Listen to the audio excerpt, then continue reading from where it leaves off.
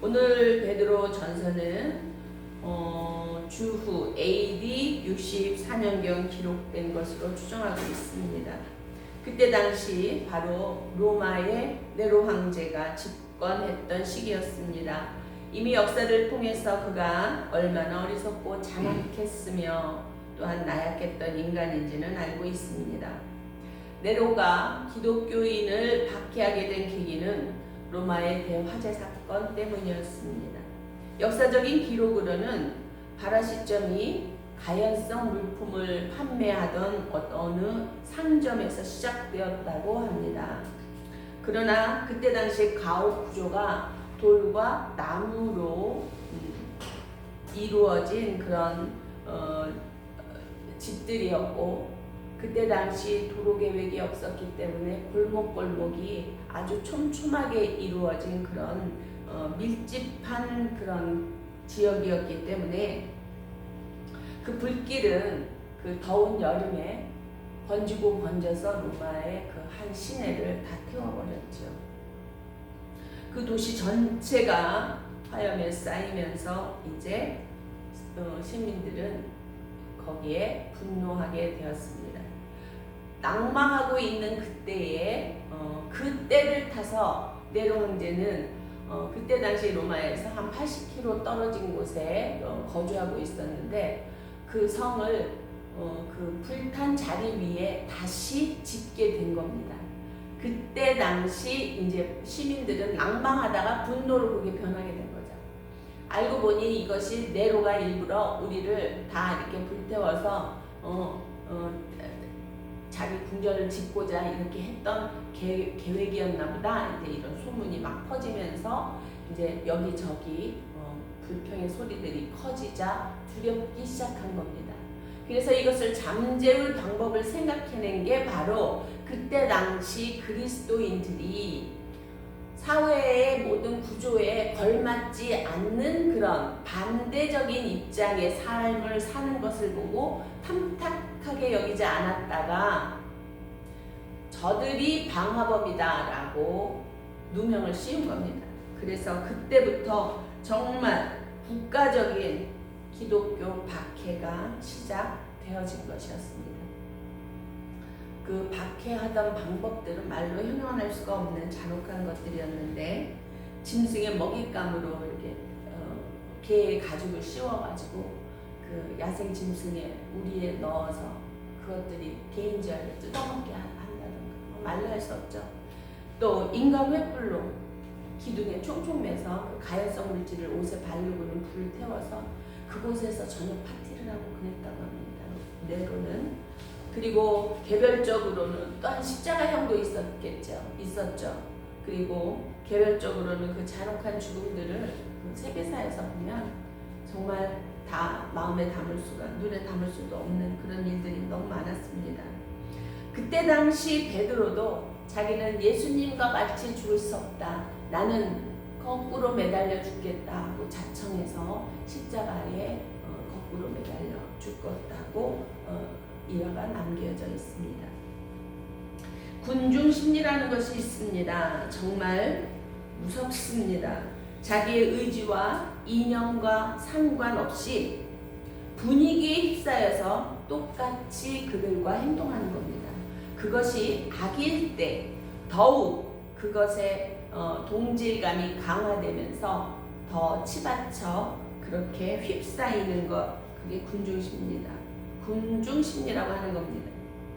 이렇게 기독교인들을 박해함으로 군중들의 관심이 기독교인들한테 몰리고 그들의 죽음을 정당화시키고 그들의 죽음을 당하는 기독교인들을 보면서 즐겼다라는 겁니다. 그러나 몇몇 지각 있는 로마 시민들은 몹시 그것들을 악하게 바라보며 외면을 하기도 했다라는 얘기입니다.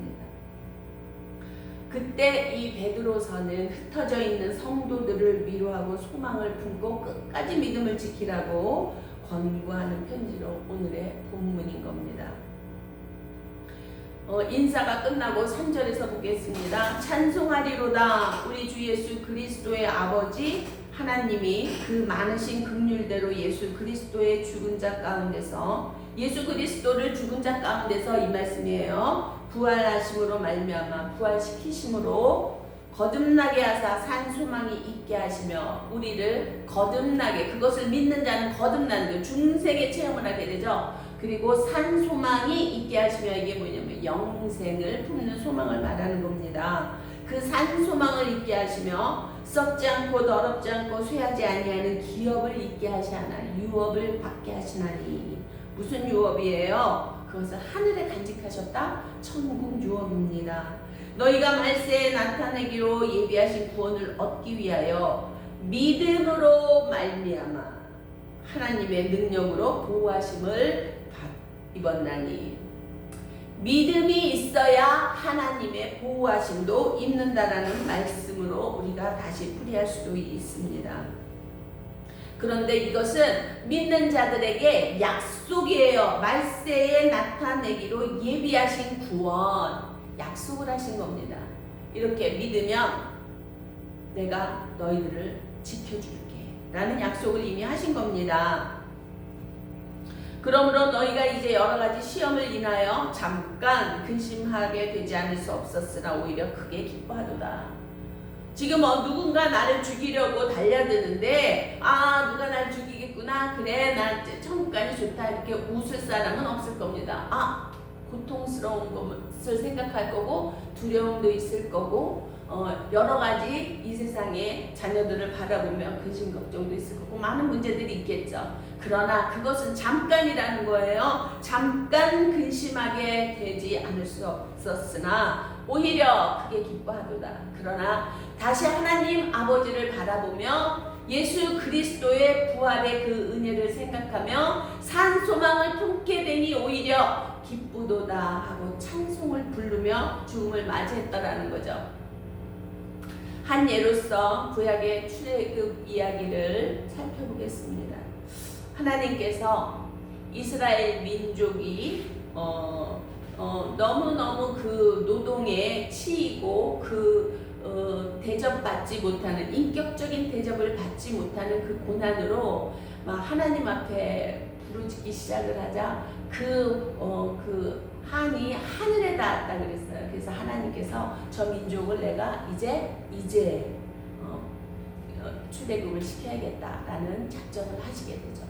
그래서 모세를 통하여 출애굽을 시켰습니다. 그러나 그들은 단 열흘을 넘기지 못하고 하나님을 실망시킵니다. 그것은 가나안 땅에 들어가기 전에 정탐들을 보냅니다. 그 땅이 어떠한 땅인지는 알아보기 위해서 정탐 10명을 보냈는데 그 중에 8명 80%가 와서 고하는 말이 그 아낙 자손을 바라보니 우리는 그 땅에 들어가서 살 수가 없어. 이길 수가 없어. 우리는 꼭 메뚜기 같더라 라고 보고를 합니다. 거기에서 20% 갈렙과 여호수아는 아니다. 그들은 우리의 밥이라. 우리가 가서 그 땅을 차지하자. 이렇게 말합니다. 리더라는 것은 목적 지향성을 가지고 있어야 합니다. 그래서 리더의 가장 큰 덕목은 인내입니다. 지혜도 지식도 카리스마, 리더의 어떤 자질 같은 카리스마 우리 좋아하죠. 그런 게 아니에요. 그 목표를 향하여 꾸준히 노력하며 나아가고 참아내는 인내가 그 리더의 덕목인 겁니다. 하나님께서 우리를 바라보실 때 할머니 할아버지가 손자 손녀를 바라보듯이 그렇게 사랑스럽기만 하실까라는 생각이 듭니다. 하나님은 우리를 지으신 분입니다. 누구보다도 우리를 더 잘 알고 계십니다. 에덴 동산에서부터 지금까지 우리 안에 그 죄성, 사악함, 거짓, 그리고 불평, 불만, 정말 천국에 도저히 들일 수 없는 인간들이기에 우리에게 그 천국 유업을 받도록 약속하신 그분이 하는 수 없이 예수 그리스도 외아들을 보내주신 거예요. 그리고 그분을 십자가에 못 박아 죽이시면서까지 우리의 죄를 용서하시고 그것을 믿고 우리의 죄를 회개하는 그들을 영생의 소망까지 주신 겁니다. 그런데 지금 그들이 우리가 메뚜기 같더라 라고 하는 말은 그 하나님을 의지하지 않고 인식하지 않은 말이라는 겁니다. 자기 자신의 능력만 본 겁니다. 하나님의 명령으로 지금 출애굽을 했고 지금 우리가 하나님이 주신 그 땅으로 들어간다라는 하나님의 계획 같은 것은 생각이 없어요. 다만 눈에 보이는 현실, 현상만을 바라보며 나를 그것에 비하해 보니 나는 아무것도 아닌 거야. 그 나만 보는 그 믿음 없음을 지금 우리가 보고 있는 겁니다. 그러니 하나님의 인도하심 같은 것은 꿈에도 생각이 없어요. 그들이 바로 하나님의 백성이라고 스스로 말하는 자들입니다.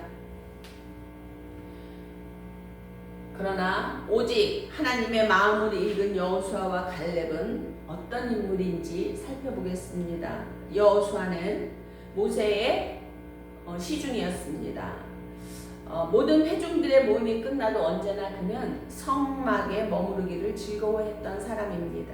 여호수아 33장 11절에 보면 사람이 그 친구와 이야기함 같이 여호와께서 모세와 대면하여 말씀하시며 모세는 진으로 돌아오나 그 수종 눈의 아들 청년 여호수아는 회막을 떠나지 아니하니라. 늘 모세와 함께하는 하나님을 바라보면서 하나님은 저런 분이시구나, 하나님은 그런 분이시구나 이렇게 깨달은 거예요. 그러자 하나님이 너무너무 좋은 거예요. 하나님을 너무너무 사모하는 거예요. 하나님의 말씀을 너무너무 좋아하는 거예요. 즐거워해서 그는 회막을 떠나지 아니했다라고 합니다. 그래서 그는 하나님을 의지하는 자가 되어 그렇게 담대함을 하나님을 아니 하나님은 어떤 분이시다라는 것을 아니 담대할 수 있었다라는 겁니다. 이제 그 메뚜기 같다고 한 말을 들은 이스라엘은 술렁이기 시작합니다. 그러자 그때 갈렙이 나섭니다. 민수기 13장 30절을 보면 갈렙이 모세 앞에서 백성을 안돈시켜 가로되 이제 술렁술렁하기 시작하니까 여러분 우리가 올라가자 그리고 그 땅을 취하자라고 얘기를 합니다.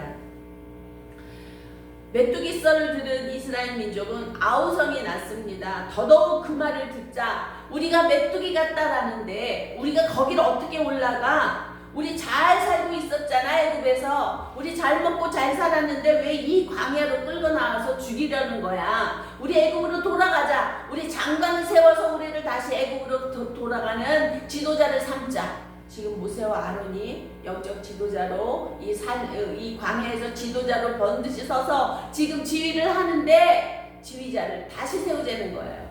지도자를 다시 세워서 우리 애굽으로 돌아가자. 그래서 개돼지 같은 소리를 하는 거예요. 토한 것을 다시 먹겠다라는 소리를 하는 겁니다. 애굽에서 이스라엘 민족이 잘 먹고 잘 살았습니까? 노예 생활이었습니다. 한이 차고 차서 하늘에 닿았다라고 얘기를 하는데 그것을 지금 돌이켜 잘 먹고 잘 살았는데 라고 말을 합니다. 그 애통에서 부르짖던 하나님을 만난 이 민족이 하는 짓이 지금 이 꼴인 겁니다. 그런데 그들은 지금 오히려 구원을 원망하더라는 거죠. 하나님의 존재를 생각하지 않고 있는 겁니다. 민수기 14장 5절을 보니까 14장 5절을 보니까 모세와 아론이 이스라엘 자손의 온 회중 앞에 엎드린지라. 왜 엎드렸냐 하면 그 전의 말씀이 막 난리가 났어요. 지도자를 세워서 애굽으로 돌아가겠다. 막 아우성에 전쟁이 일어나게 생긴 거예요. 그러니까 그 너무 어처구니 없는 이 상황에서 백성 앞에 엎드렸다는 백성한테 엎드렸다는 얘기가 아니라 엎드렸다는 얘기는 하나님 앞에 기도했다라는 얘기입니다. 그냥 성막으로 들어가고 기도처럼 갈 그 겨를이 없이 그냥 그 자리에 무릎을 꿇고 엎드려서 하나님을 찾은 거예요. 그러자 갈렙과 여호수아가 너무너무 화가 나는 거예요. 이 민족에 대해서. 그래서 옷을 막 다 찢었어요. 딱 찢으면서 이스라엘 자손의 온 회중에게 일러가로되 우리가 두루다니며 탐지한 땅은 심히 아름다운 땅이더라. 여호와께서 우리를 기뻐하시면 이들은 여호와를 앞세우고 있어요. 그들은 여호와를 한마디도 외치지 않고 우리가 어떻게라고 하는데, 지금 갈렙과 여호수아는 여호와께서 우리를 기뻐하시면, 하나님의 마음에 우리가 흡족하시면 우리를 그 땅으로 인도하여 들이시고 그 땅을 우리에게 주시리라. 그 땅은 과연 젖과 꿀이 흐르는 땅이더라 라고 다시 한번 하나님의 살아계심을, 하나님이 우리를 이 땅에 이끌으셨음을 다시 회상시키는 거예요. 그리고 또 말합니다. 오직 여호와를 거역하지 말라. 지금 너희들이 하는 짓 하나님을 거역하는 짓이야. 그만 멈춰, 그 말입니다. 또 그 땅 백성을 두려워하지 말라. 하나님이 우리와 함께 하시니 그 땅 백성 정도는 두려워하지 말아라. 그 말을 듣자 한마디로 웃기네 그거죠. 돌을 들어서 아예 너희를 죽어라 그러면서 돌을 들어서 치려는 말씀 보세요. 온 회중이 그들을 돌로 치려하는 동시에, 치려하는데 완전 드라마틱하죠. 여호와의 영광이 회막에서 이스라엘 모든 자손에게 나타나신다. 그때에 하나님께서 진실로 나타나신 겁니다. 그러니 하나님의 영광이 가득한 그 전에 하나님을 두려워하지 않던 그 자들은 어떻게 됐을까요? 까무러쳤을 것 같아요. 그냥 녹아내렸겠죠.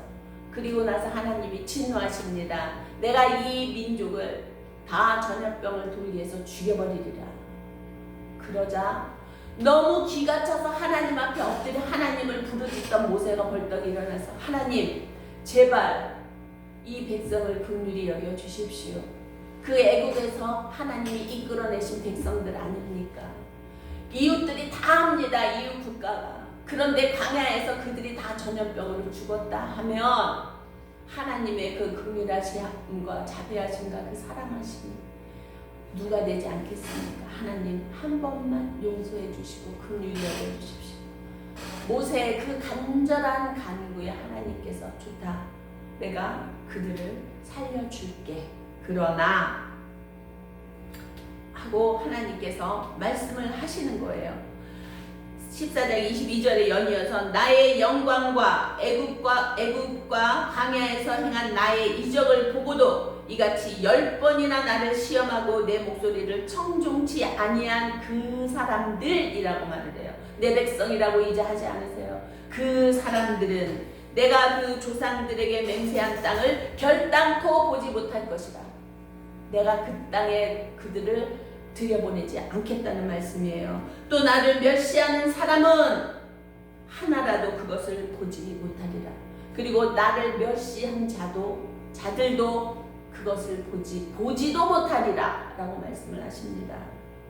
그런데요, 여기서 너무 영광스러운 칭찬의 말씀을 하십니다. 24절 오직 내 종 갈렙은 그 마음이 그들과 달라서, 그들은 하나님을 알지 못하는 백성같이 행동하는 그들과 달라서 나를 온전히 쫓았은즉 그의 갔던 땅, 어느 땅이에요? 가나안 땅이었잖아요. 정탐하러 갔었던 그 땅으로 내가 그를 인도하여 들으리니 그 자손이 그 땅을 차지하리라.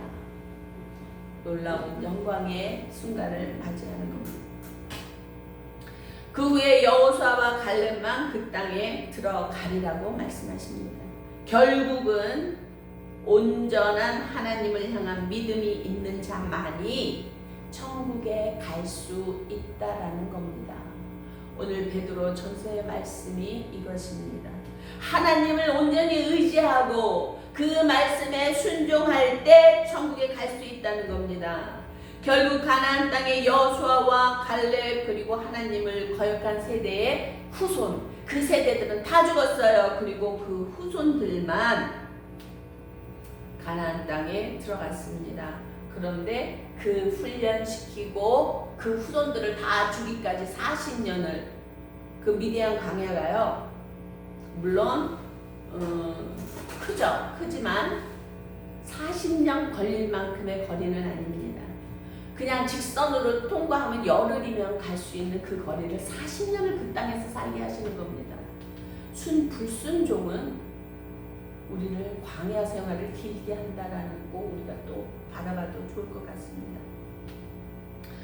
하나님께서 우리에게 구하시는 것은 내 생각, 자기 생각에 앞서서 불평하고 거역하고 말씀을 저버리는 불신이 아니라 행하시고자 하는 그 말씀대로 순종하는 믿음입니다. 우리는 단지 하나님의 그 말씀 앞에 순종함으로 하나님의 보호를 받으며 천국 백성의 삶을 살아갈 수 있다라는 겁니다. 그러니 베드로의 권면은 끝까지 믿음을 지켜라, 그리고 천국 유업을 받아라 라는 말씀인 겁니다. 오늘 7절 본문 보면 너희 믿음의 시련이 불로 연단하여도, 너희 믿음의 시련을 불같은 연단이 있을지라도 금보다 더 귀해서 하나님은 오히려 그 연단을 받는 너희 믿음을 보면서 금보다 더 귀히 여겨서 예수 그리스도에 나타나실 때에 칭찬과 영광과 존귀를 얻게 하리라. 그 믿음을 지키고 너희들이 천국에 이르르면 거기에는 칭찬이 있고 존귀 여김이 있고 그 영광을 누리게 되리라. 그러니 예수를 너희가 보지 못하였다 할지라도 지금 사랑하며 이와 같이 믿고 말할 수 없는 영광스러운 즐거움으로 기뻐하니 그들이 죽을 때 찬양하면서 네로를 더 심기를 불편하게 만들었다라는 그런 역사적인 자료들이 있습니다. 그래서 그들을 찬양하는 그 모습을 보면 더 화를 냈다라고 하죠.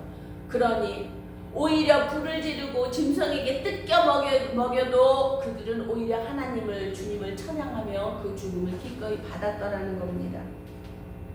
그러므로 믿음의 결국 곧 영혼의 구원을 받음이라. 그 영문으로 보면요, You are to be saved. 너는 구원 받았어. That's why. 그게 왜냐하면 You have faith. 너는 믿음이 있기 때문이야. 네가 믿음이 있으므로 너는 구원을 받았다. 믿음의 결국 영혼의 구원을 받음이라. 이 말씀이에요. 믿음이 없으면 구원을 받을 수 없습니다. 어떤 모든 상황 속에서 나를 먼저 보기보다는 그 문제 뒤에 계신 하나님, 예수 그리스도를 바라보는 믿음이 나를 구원할 것입니다. 초대교회를 비교해보면 지금 이미 교회는 천국입니다. 많은 교회들, 큰 교회들을 말씀드리는 겁니다. 너무 세련되고 호화롭기까지 하고 편리하기가 말로 할 수 없을 만큼 그런 교회로 교인들은 갑니다. 모입니다. 개척교회, 그것도 오직 사명만을 가지고 시작하는 가난한 개척교회는 하나님의 역사 없이는 정말 교인들이 하나도 오지 않습니다. 저는 잘 알아요. 왜냐하면 그 교회가 바로 저희 교회이기 때문입니다. 저는 그런 가난한 교회 목사입니다. 그런데 하나님께서는 왜 저에게 이런 환경을 주셨을까? 나에게도 좀 좋은 환경을 주셨으면 어땠을까라는 생각을 가끔 해보기도 합니다. 그런데 오늘 말씀을 준비하면서 여러 가지 자료를 찾아보다가 이 상황은 별것도 아니구나라는 생각을 했습니다. 오늘 그 초대교회 상황들을 비교해 볼 때 말이죠. 사도 바울은요, 모든 것을 가진 자였어요. 유대인이면서 로마 시민권을 가졌는데 그는 세상에 태어날 때 이미 로마 시민으로 태어난 사람이에요. 아주 부유하고 가멜리엘 수아에서 공부를 했어요. 지금으로 말하면 우리나라로 비하면 서울대 아주 명강 교수한테 교육을 받은 겁니다. 그 로마 시민권을 가진 집안이라면 그 당시에 아주 재력이 있고 아주 능력이 있는 그런 집안이죠. 큰 집안인데 그런 그 집의 아들로 태어났어요. 근데 그것을 그가 뭐라고 했어요? 다 똥이다. 그걸 다 버려버리고 예수 그리스도가 구원자 되심을 확신하고 믿는 순간에 그는 그걸 다 똥으로 버리고 순종의 길을 갔습니다. 왜냐하면 이 길이 영광의 길이기 때문입니다. 그 영광 언제요? 주님 오실 때, 우리가 주님께 갔을 때, 그때입니다. 그리고 주님 다시 오실 때는 십자가의 구원의 주로 오시는 것이 아니라 심판자 주로 오신다고 성경은 말하고 있습니다. 우리가 믿음을 가지고 있다고 하면서도 잘못된 생각을 가고 잘못된 방향으로 흐를 때가 있습니다. 죄를 짓고자 한다는 생각을 하는 것이 아니라도 말입니다. 그것이 하나님의 뜻이 아닐진데 우리 생각에 조금 나를 드러내기 위해서 하는 행동들이 있습니다. 잘 생각해 봐야 됩니다.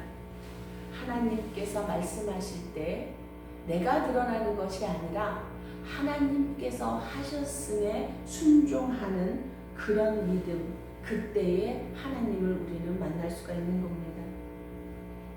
베드로는 그것을 알았어요. 언제 알았어요? 자기가 주님을 부인하고 그 자리를 떠났을 때 그는 죽음이 무서워서 그 자리에서 주님을 부인하고 떠났습니다. 그러나 주님은 그의 연약함을 아셨어요. 닭이 두 번 울기 전에 네가 나를 3번 부인하리라.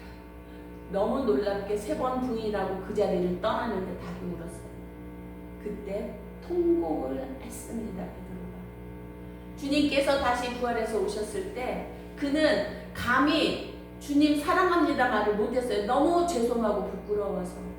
그래서 네가 나를 사랑하느냐 3번째 물으셨을 때 주께서 아십니다. 그래요. 우리 알아요. 주님 너무 사랑해요. 정말 주님 없으면 제가 이 땅에 살 의미가 없습니다. 그래서 삽니다. 아는데요. 그래도 가끔 내가 살아날 때가 있더라고요. 그래서 내가 할 때가 있더라고요. 순종의 자리에 머무르는 것, 그게 참 복입니다. 그렇게 죽음이 무서워서 주님을 떠나는 그 순간 그는 그것이 주님을 떠나면 영원한 죽음이 있다는 것을 깨달은 겁니다. 그래서 자신도 곧 죽을 이때에 이 편지를 쓰고 베드로도 죽습니다. 이 베드로서를 남기고 흩어져 있는 성도들에게 위로와 격려를 하고 끝까지 믿음을 지켜서 천국 소망을 이루자고 산 소망을 이루자고 권면하고 격려했던 것입니다. 우리는 이 말씀에 따라 이 시점에서 지금 쉬운 시간은 아닙니다. 어떤 분이 하는 얘기로 인생에서 어느 세대의 인생이건 전쟁은 한 번은 겪는다라는 그런 말이 있어요. 어른들이 하는 말씀 중에 참 어려운 시기를 우리가 지금 맞이했습니다. 그러나 이제 이 상황을 보는 것이 아니라 우리는 이 상황 속에서 이끄시는 하나님을 바라보며 믿음을 지켜야 할 것입니다. 민중들이 갈렙을 돌로 칠 그때에 하나님께서 나타나신 것과 같이 하나님은 지켜보고 계십니다. 우리가 이때에 어떻게 할지를 지켜보고 계십니다.